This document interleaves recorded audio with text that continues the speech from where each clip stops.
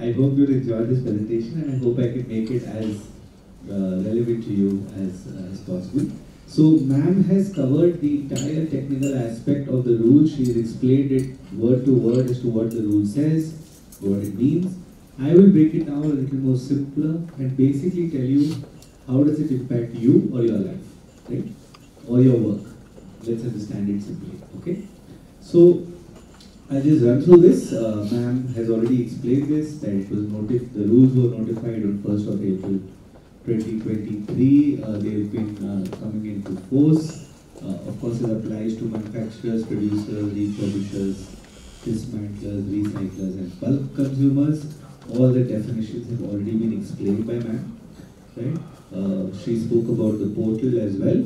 One very interesting point that has been mentioned here, which was not mentioned in ma'am's presentation, is that there is now a fine or a penalty that has been defined for flouting of the e-waste management rules. So till now, the entire country of India did not have a defined penalty or fine if you disposed of e-waste improperly. Right? So big round of applause for e-circle. I think we have a big, cross that benchmark very soon. So we'll go back to the 16-ton figure, which was the highest, ma'am, and hopefully we'll try and cross that. We understand Karosambhav is not doing too well. Don't worry, we'll still beat that, the total. Okay, we'll do that. Don't worry about it. Right? Okay. So this quantity is estimated to double in the next 10 years. So about 10,000 metric tons is what is expected. As a country, we generate about 4.5 million tons, that is approximately 45 lakh tons of e-waste. My state of West Bengal generates close to 2,25,000 metric tons. Right? So comparatively, it's much lesser. Yesterday we were in Assam. We did a similar event with the Assam Pollution Control Board. Assam generates close to 80,000 metric tons of e-waste every year, and all of Northeast combined generates close to 1,35,000 tons of e-waste every year. The items that are covered in the IT and telecom department. And yes, Pollution Control Board employees cannot answer. That will be wrong. Yes, commonly, yeah, we use it, I'm sure. I'm in northeast of India, the land of music festivals. I'm sure everyone loves their music, right? You can see this is a radio set, right? We all must have used it in our lives, right? So radio sets are covered, especially those Murphy radios that we used to have back in the day, right? So radio sets are also covered, right? So these are some items that are covered. Coming to the third item, which is now the next 5 categories are new categories.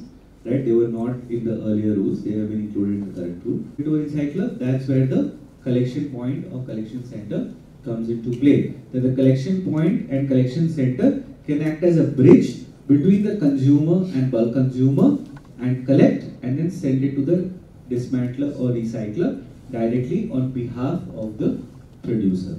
Right, so this is how the flow will work. This is how the flow.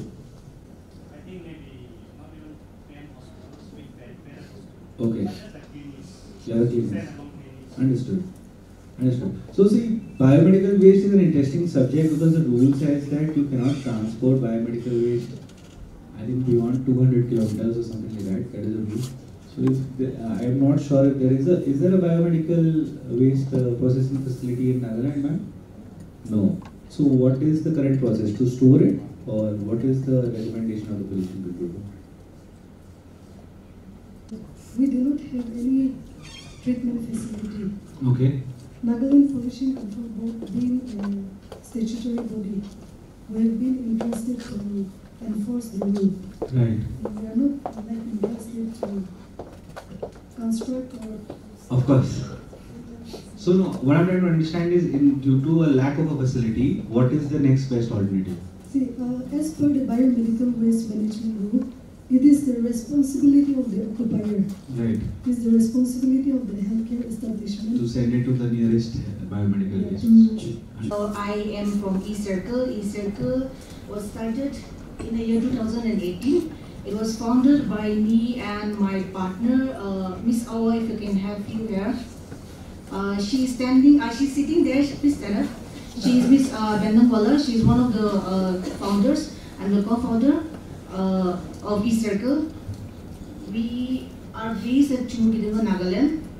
We are a solid waste management firm, and we are also one of the first authorized e-waste collection center from Nagaland. So we are a local social entrepreneurs. And as you must have known, we recycle all our e-waste through Ladek Recycling Private Limited. And we have, since 2018, we have reached out to more than 5,000 people, and we have collected and recycled 40 tons of e-waste.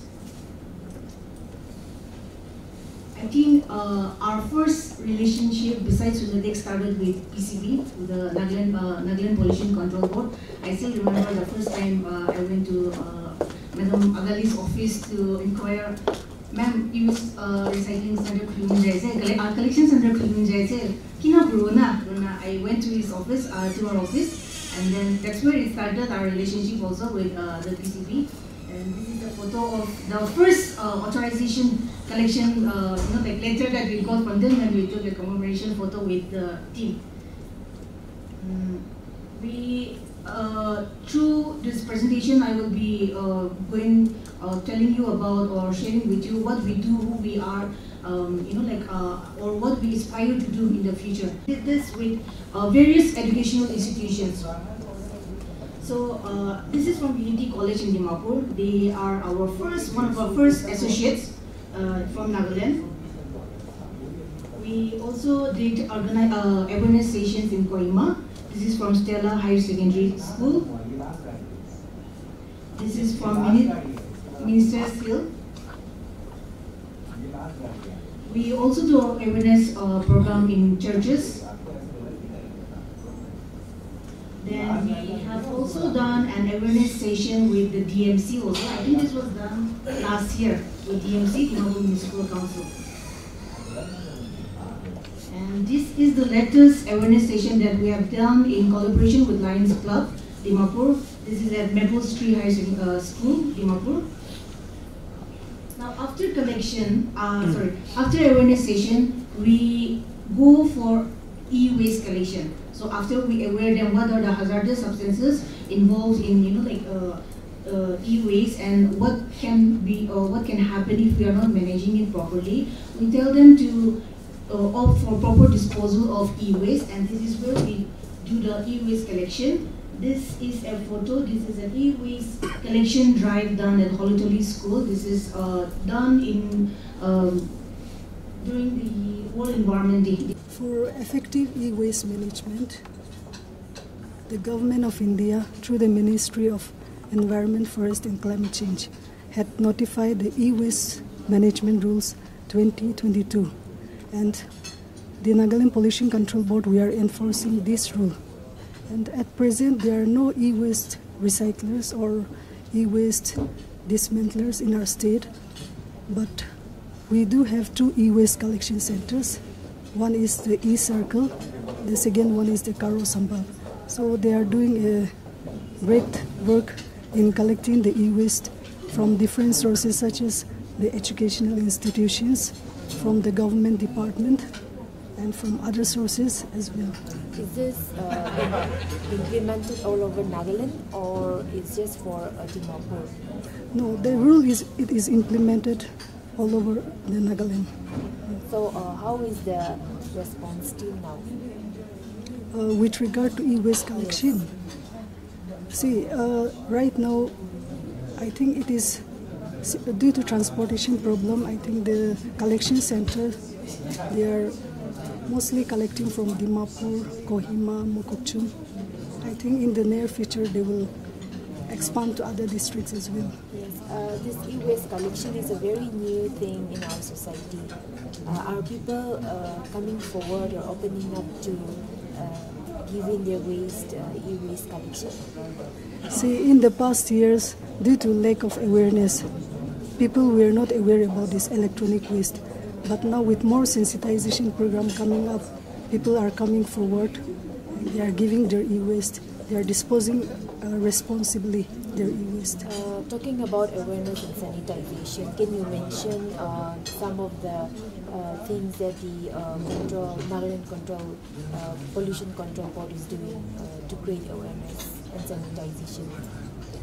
The Nagaland Pollution Control Board had been conducting various awareness programs in collaboration with educational institutions, with local authorities. We have even reached to several districts. In collaboration with the educational institutions, with the urban local bodies, we have conducted various awareness programs to sensitize the public. And how is the response?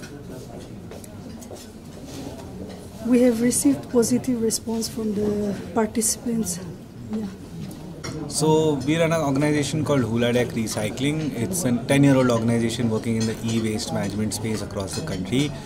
We've been working in Nagaland with our partners Swate and Eva for the last 6 years, collecting e-waste from various colleges, schools, educational institutions, banks, government organizations, etc. Today we've organized an e-waste management summit, Nagaland chapter, talking to the general public about the importance of the new e-waste management rules which have recently been coming in 2023 and how these rules are impacting our lives, what are the changes and what are the guidelines they have to follow in order to implement. Also, there is a new fine or a penalty that has been introduced in case you are not disposing of e-waste properly or not following the rules. Then a fine has been introduced. So we wanted to inform the government officials as well as the private and public players about the fine and what are the situations in which the fine can be implemented and how can they ensure that the fine does not get put on them. So this was the main reason why we are here, to spread awareness about the e-waste management rules, understand that e-waste needs to be properly recycled, it has issues that if not disposed of properly causes a lot of environmental issues and health issues. So that's why we are here. So you must have gone to many cities and in a state like Nagaland where there is no proper infrastructure.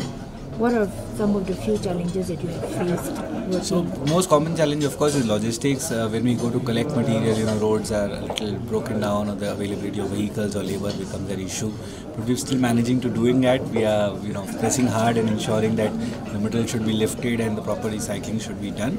So that is one challenge. Of course, due to lack of awareness, some people tend to want to dispose of their e-waste to unauthorized players as well, such as the scrap dealers who are not disposing of e-waste in a scientific manner and are simply throwing it or dumping it away after taking out whatever is useful or reusable. So we would like to end that also and ensure that more and more people are aware about the harms of improper e-waste recycling and can ensure that it is recycled properly. Sir, just out of curiosity, so what benefit do you get when you collect this e-waste? So what do you do after? Right, so we are a recycling company, so when we collect it, we break it down and we recover metals, plastic and glass from the e-waste, and that is sold in the market as new raw material to make new products. So we are a for-profit organization that does it for profit, but the idea is that the recycling needs to be done from the environmental angle as well. Otherwise there's no point. So what you will call a social entrepreneurship, where we are doing an entrepreneurship making money, but it has an environmental and social impact.